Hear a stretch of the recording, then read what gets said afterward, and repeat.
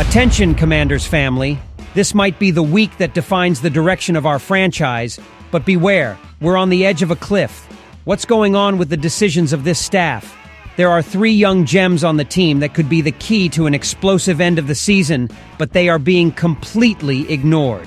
A tight end who could be the secret weapon of the future, a receiver with a legacy name, and a running back who could be the ground motor we've needed from the start. Are we going to let this youth rust on the bench when we need a radical change now? Stay until the end, because this topic will open your eyes to what's really happening in Washington. But wait, this is just the beginning. A titan of our defense is fighting a true battle against an injury that seemed to sideline him for the whole season. Now, there are rumors that he could return sooner than expected, but here's the danger. Is it worth risking one of the pillars of this team for just a few games? Or are we mortgaging the future for an uncertain present? This isn't just about one player, it's about the DNA of the Commanders. What message are we sending if we don't handle this well? This story could be the spark that ignites the fire or the blow that knocks us out. And if that wasn't enough, this Sunday we face a rookie QB in his first start as a starter. An unknown who arrives amid mockery due to some viral photos. But we've seen before what happens when we underestimate an easy opponent. There's literally no room for mistakes. Will we be the joke of the week if we let this debutant steal a crucial game from us? Don't move a muscle, because what's at stake here is more than a game. It's the future of the Commanders. Subscribe now and leave your like if you love this franchise as much as we do. Because today we are going to reveal the uncomfortable truths that no one else is willing to say. This is not just an analysis, it's a call to action before it's too late. Are you ready? Let's go all in. Now listen to me well, because what I'm going to tell you is important. The Washington Commanders have been in turbulent waters for decades, but now there's a fresh breeze propelling this ship, and I want to talk to you about 3 names that, after the bye week, need more reps, more opportunities, and more prominence if this team truly wants to finish the season strong. Are we ready? Because I'm ready to dive in. Ben Sinnott, the diamond in the rough. Let's start with the first one. Ben Sinnott, tight end, chosen in the 2nd round of the 2024 draft. Do you know what the problem is here? It's not that he lacks talent or is overrated, it's simply that he's not being given the opportunities he deserves. How are we going to evaluate a player of this caliber when he's being relegated to the role of TE3? T3! Let me tell you this. I believe that if you give him more targets, Sinnott can be a secret weapon in the team's aerial game. Now, don't get me wrong. Zach Ertz has been a Pro Bowl talent for years and has been the security for our QB, Jaden Daniels. But do we really want to rely 100% on a veteran when we have this unpolished gem on the bench? Sinnott has accumulated 251 snaps, and almost none have been relevant in the most important plays. So I ask, isn't it time to see what this kid can do? A young, fresh, physical TE?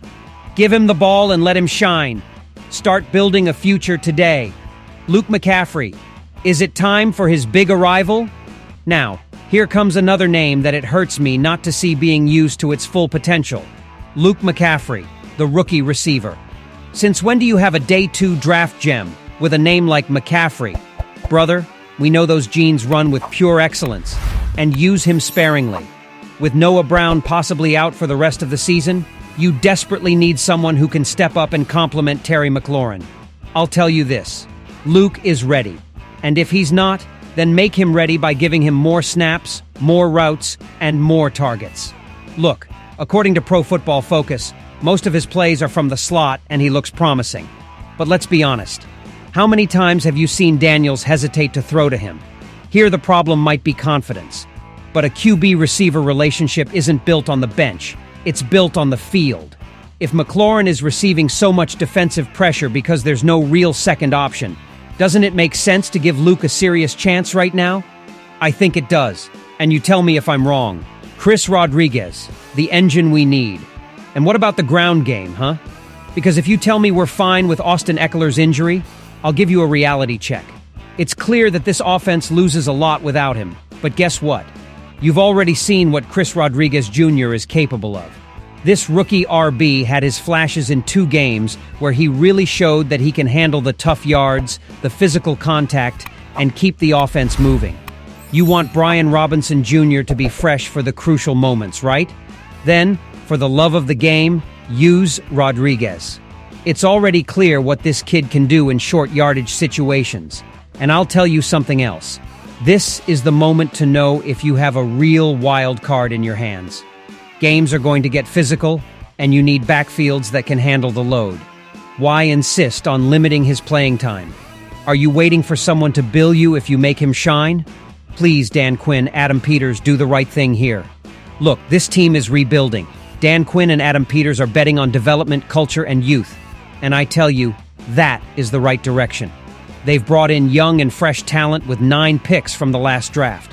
But one thing is to bring them in, and another very different thing is to use them. These are the moments that define the character of your franchise. Are you here to build that new identity, or remain trapped in the shadows of what this team was in the last 20 years? Now I ask you, the true fans of the Washington Commanders, do you trust that these young players can be the difference in this final stretch of the season? Or do you prefer we stick with the same familiar faces while leaving Sinnott, McCaffrey, and Rodriguez on the bench? I tell you this, if we want to break with the past and look towards a successful future, we have to make bold decisions now. Our star defensive tackle, Jonathan Allen, refuses to give in to adversity. Yes, just as you hear. Despite suffering an injury that at the time seemed to end his season, Allen hasn't given up hope of returning in 2024. Now I ask you, what other player comes to mind when you mention the word resilience? Because Allen is making it clear that the DNA of the Commanders means fighting, no matter what. Let's be clear. When Allen went down in November with a pectoral injury, many of us braced for the worst news. Season over. But thanks to a bit of luck and, of course, the indomitable spirit of this player, doctors discovered during surgery that the injury was less severe than initially believed. A partial tear, not a complete one. Do you know what that means? It means that, literally, the doors have been slightly opened for a possible return of the player sooner than expected. And let me tell you something. If you have someone like Jonathan Allen, someone who has been a defensive pillar and a leader for this team, fighting to come back, isn't that the kind of mentality you want at the core of your franchise? I think so. Let's quickly review what Allen represents. This man is not just any player.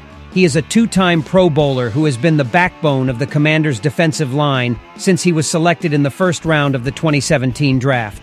Over 3 seasons, 2021 to 2023, he accumulated 22 sacks and 22 QB hits, being one of the most consistent players on this defense. Now, even in 2024, before his injury, he had already achieved 2 sacks and 6 QB hits in just 6 games. This is not just a player. He is a disruptive force on the field. And, considering that his contract keeps him under the Commanders' control until 2025, although without guarantees for that last year, I say, make the most of his leadership and talent while he's here. But now comes the question we all must consider. Is it worth the risk of returning this season? Listen to me well, because I'm going to be honest. The answer is not simple. Look, Allen is already working at the team's facilities, and reports from John Keim of ESPN indicate that optimism continues to grow with each medical checkup. However, regaining all his strength is key. The team won't put him on the field without ensuring he's at 100%. And believe me, that's the right thing to do. But here's the other side of the coin. Are you willing to risk one of your best players when you know you could have him at 100% for the next season? Because, let's be clear, pectoral injuries are delicate. Forcing that return could trigger worse problems. So, although we all want to see Allen back for the final stretch of the campaign, the team needs to tread carefully. Do we compromise the future for the present? There lies the big question. While Allen has been out, Darren Payne, Fidarian Mathis, and Jer'Jon Newton have been tasked with keeping the defensive line afloat. And while Payne, as always, has taken on the role of leader, young promises like Mathis and Newton are gaining valuable experience. Now, is it ideal to give their snaps to Allen if he returns? Of course. But wait a moment. Do we really need to make rushed decisions when the development of these young players is so crucial for the future of this team? Interestingly, Mathis was a healthy scratch in Week 13, meaning the team could easily reconfigure Allen into the rotation without things getting too complicated. The issue here, friends, is whether this return will truly benefit the team immediately or if it will be more of a symbolic move to keep the Commanders competitive in the short term. Listen to me well. Jonathan Allen's story is not just about a player returning from an injury. It's about a message. Allen represents the constant battle this team has faced for years. A player who doesn't give up, who never stops fighting, is exactly the heart this team needs. But, as I said before, there's a very thin line between fighting with determination and risking your future. So I tell you this, if Allen is at 100%, physically and mentally, not only can it be a rejuvenation for the defense, but also an emotional spark for the entire team and the fans. But if he's not ready, then the team must prioritize his health and longevity on the field. Make a smart, not desperate decision. Now, this is where you come in. Do you think the Commanders should let Allen play if he passes all physical tests, even if there are only a few games left in the season? Or do you think the best decision would be to ensure he's fully recovered for 2025? All right. Now let's move on to something that's keeping me up at night. Have you heard about the drama surrounding the rookie quarterback of the New Orleans Saints, Jake Haener, before his first start as a starter? Because if you haven't, I'm going to tell you. And believe me, we have a lot to say about it. This Sunday, the Commanders will face a QB making his NFL starting debut, Jake Haener, a fourth-round pick from 2023 out of Fresno State. He's been on the radar this season, but hasn't really made much noise.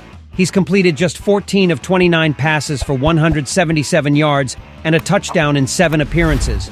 Nothing out of this world, right? But here's where it gets interesting. In recent weeks, Haener has gone more viral for a series of striking photos from his 2023 rookie session with the NFLPA than for what he's done on the field. Yes, photos. And here's where I ask, does it really matter what happened in a photo shoot when this young man has the chance to prove on the field what he can do against a team like the Commanders? I tell you this, social media can distract the whole narrative, but at the end of the day, the results will come from the gridiron, not the photos. Now, Haener hasn't stayed quiet. In a recent interview with the Times-Picayune, Haener directly addressed the photos and the online reaction, admitting that those images don't represent him. His own words, "That is a completely opposite representation of who I really am. And I hate it. I can't stand it." Look, I respect his honesty, but something about this statement makes me wonder. Is this a sign of his mental strength, or a sign that external things can affect him more than they should? Because let's be clear, when you're a QB in this league, you need to have thick skin. You're going to face cameras, memes, criticism, and all kinds of pressure. And if Haener is already on the defensive about some old photos while preparing for his first start, I have to ask, is he ready to handle the intensity of a defensive line led by Darren Payne and the potential return, however remote, of Jonathan Allen? Is he ready for the spotlight as an NFL starter? Social media, a place where everything is exaggerated. Some Commanders fans have taken these photos as their introduction to Jake Haener, and let me tell you, the reception has been interesting. While some have simply mocked the aesthetics, others are already questioning his leadership ability based solely on the images and how Haener has handled them publicly. But here's the main question I want to throw out. What do photos have to do with his performance on the field? Nothing. In my opinion, this online discussion is a distraction that favors the opposing team. Why? Because while the Commanders are analyzing how to stop someone like Alvin Kamara, this viral content has emerged that could take the focus off the important thing, stopping the rookie on the field. So here's my advice to Washington fans. Ignore the noise. Stay focused on the real game. Let's analyze the context. Haener is undoubtedly a rookie under pressure this week. A QB debuting against one of the most physical defensive lines in the league doesn't have it easy. But the question here is, are the Commanders underestimating this situation because it's just a debut? That, friends, would be a huge mistake. Do you remember what happened with other QBs who debuted against this franchise in the past? Some of them came in without much noise and walked away with surprising victories. We can't let that happen again. The key to this game is pressuring him early and often. Haener has no experience, and a good dose of blitzes can shake his confidence. Containing Alvin Kamara. Often, teams with rookie QBs rely even more on their star running backs. Avoiding offensive mistakes. Jaden Daniels must keep the ball out of the hands of the Saints defense and let our defense do the heavy lifting. The Commanders have had a season full of ups and downs, but this is a game they must win. It's not just an opportunity to reaffirm dominance against a rookie QB, but also to consolidate the strategic decisions that Dan Quinn and Adam Peters have pushed for this team. No excuses. You can't let someone debuting steal a game from you. So, to summarize, I tell you this. Jake Haener can have his viral photos and all the noise on social media, but none of that matters once the ball is in play. This matchup is another test of what this team means at its core. Are we a group building to compete week by week, or are we the team that lets rookies write their story at our expense? Now, one last provocation for you, Commanders family. If Jake Haener succeeds this Sunday, will it be more because of our defensive missteps, or because this rookie really has talent we've underestimated? Friends and family of the Washington Commanders, I ask you directly, do you believe that young talents like Sinnott, McCaffrey, and Rodriguez are the future this team needs? Or do you still prefer to trust the veterans we already know? Your opinion is key to understanding where our team should go in this final stretch of the season. We want to know what you think. On the other hand, what would you do with Darren Payne? Should he play if he passes all medical tests, even if there are only a few games left? Or do you think the best thing would be to be patient and ensure we have him at 100% to start strong in 2025? We need to debate this as the great community we are.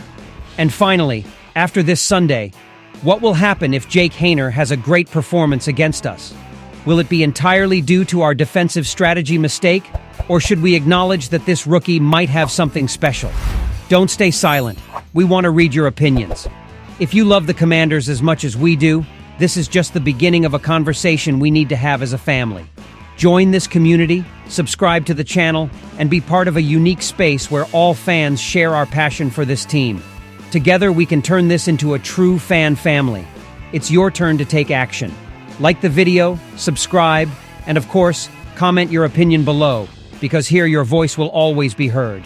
See you in the next video, Commanders family. Hail to the Commanders!